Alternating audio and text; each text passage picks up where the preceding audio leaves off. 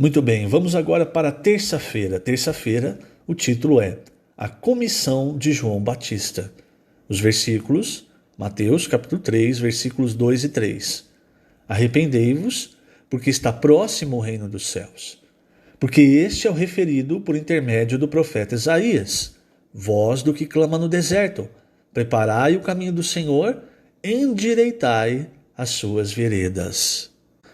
Quando nós, então, nos voltamos ao Evangelho de João, após o versículo 14, que é dito o verbo, a palavra se fez carne e habitou entre nós, cheio de graça e de verdade, e vimos a sua glória, glória como do unigênito do Pai.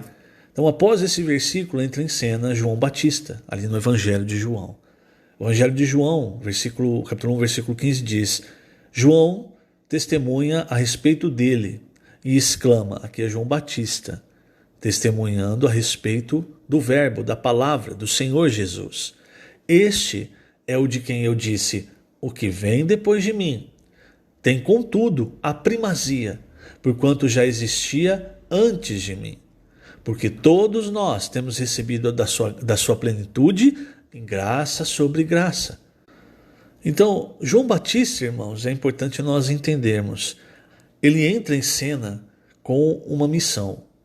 Todos nós recebemos de Deus dons, e esses dons, irmãos, eles são para nós desenvolvermos e transformarmos esses dons em ministério, mas esses dons são referentes à vontade de Deus para a nossa vida, à nossa carreira espiritual, ao nosso chamamento, e tudo deve convergir para a edificação do corpo de Cristo. Veja um exemplo, Romanos 11, no versículo 29, Paulo diz, porque os dons e a vocação de Deus, a vocação é o chamamento de Deus, não é? Os dons e a vocação de Deus são irrevogáveis. Quer dizer, Deus não pode revogar o dom que ele deu para você, e assim como ele não pode revogar o chamamento que ele fez a você. Então, tanto o dom quanto o chamamento, a carreira, Paulo no final, para Timóteo, no final da sua vida, ele diz, eu completei a carreira. Então esse chamamento diz respeito à nossa carreira. Por que eu estou tocando nesse ponto, irmãos? Porque João Batista, ele veio, e ele mesmo, como nós vemos aqui em João, no Evangelho de João, capítulo 1, versículo 15, ele veio um pouco antes do Senhor Jesus começar o seu ministério, com um propósito, uma missão muito clara. Ele veio para ser a voz do que clama no deserto, preparando e endireitando o caminho do Senhor, as veredas do Senhor. O que quer dizer isso, irmãos, de uma maneira prática? A missão de João Batista era falar a palavra cheio de espírito e, principalmente naquela época, o coração daquelas pessoas era um coração muito duro. Quando fala do caminho aqui, está falando do coração, porque o arrependimento se relaciona com o nosso coração, com o caminho que nós estamos tomando na nossa vida. Então, o caminho do Senhor, aqui nesse sentido, irmãos, é para atingir o coração das pessoas. Então, a palavra de João vinha para que as pessoas percebessem o caminho errado, as coisas erradas que elas estavam fazendo, já se arrependessem. Isso amolecia o coração das pessoas. Isso endireitava o caminho, as veredas, para que após isso, então, o Senhor viesse e semeasse a palavra do reino, como nós vemos lá em Mateus 13. Então, João, ele era o precursor do Senhor Jesus, e o ministério de João tinha que findar assim que o Senhor Jesus começasse o seu ministério. E nós vamos ver mais à frente o que aconteceu. A questão é, irmãos, é que, agora trazendo para a nossa experiência, voltando ao que eu falei dos dons, todos nós recebemos dons, e o sentido disso, irmãos, e nós precisamos entender, é que os nossos dons, uma vez desenvolvidos, transformados em ministério, eles são para o corpo de Cristo, para a edificação do corpo de Cristo. Eu não posso usar o meu dom para benefício próprio, ou para de alguma forma eu ter a primazia. A primazia é de Cristo. Cristo é o cabeça. A vontade de Deus é que Cristo encabece todas as coisas. começando pela igreja. E é por isso que quando você vai para Efésios 4, você vê que ele, Cristo, o cabeça, é que dá à sua igreja os homens dons, apóstolos, profetas, evangelistas, pastores e mestres, para ajudar o corpo, os demais irmãos, a não ficarem só com o dom, mas desenvolverem o seu ministério para o seu serviço, ministério, para a obra do ministério, que é a obra de edificação do corpo de Cristo. Agora, qual que é o perigo, irmãos? O perigo é o seguinte: muitas vezes a gente acha que o nosso ministério é mais importante do que o próprio ministério, a própria edificação do corpo de Cristo. Talvez João Batista, ele tenha achado, já adiantando um pouco as coisas, ele tenha achado que a palavra dele era muito importante e para isso ele não precisava se tornar um seguidor do Senhor. Eu estou adiantando bastante as coisas, né? Não vou adiantar muito. A ponto de continuar com o seu ministério, mesmo junto com o ministério do Senhor, e mesmo muitas vezes os discípulos de um e de outro entrando em conflito. Nós não sabemos a hora de parar.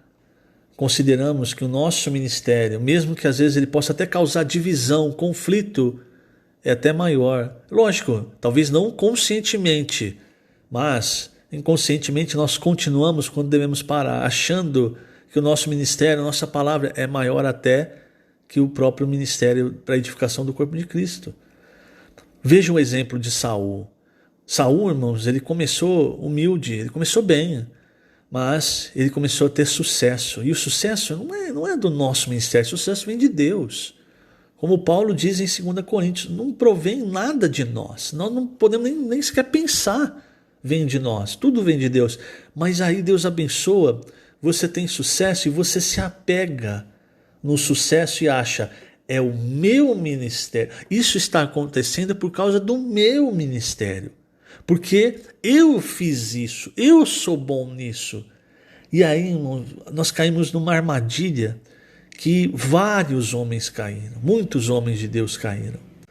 E o próprio João Batista acaba caindo quando ele é preso e ele chega a mandar uma mensagem para o Senhor chegando a duvidar se ele é mesmo ou não o Cristo.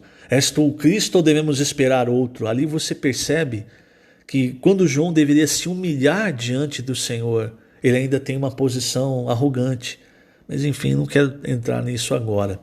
O que eu quero tocar é, se você for para Isaías, né? Isaías é que tem a profecia que fala de João como a voz do que clama no deserto.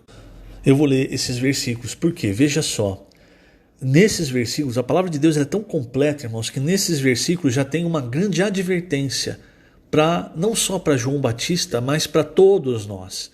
Então aqui, o Senhor, capítulo 3, versículo 40 de Isaías, voz do que clama no deserto, preparai o caminho do Senhor, endireitai no ermo vereda nosso Deus. Se você perceber, o que nós fazemos hoje, irmãos, é algo semelhante ao que João Batista fazia. Por quê? Porque enquanto João Batista preparava o caminho ali para a primeira vinda do Senhor, para o começo do ministério terreno do Senhor, nós, com o Evangelho, estamos preparando o caminho para a volta do Senhor. Sem o Evangelho do Reino, não há a volta do Senhor. Então perceba, irmãos, que, de certa forma, nós também clamamos nesse deserto que é esse mundo, falando para as pessoas, para elas se arrependerem, receberem o Senhor e serem encabeçadas, governadas por Ele. Então, ele diz assim, todo vale será aterrado, e nivelados todos os montes e outeiros. O que é tortuoso será retificado e os lugares escabrosos aplanados.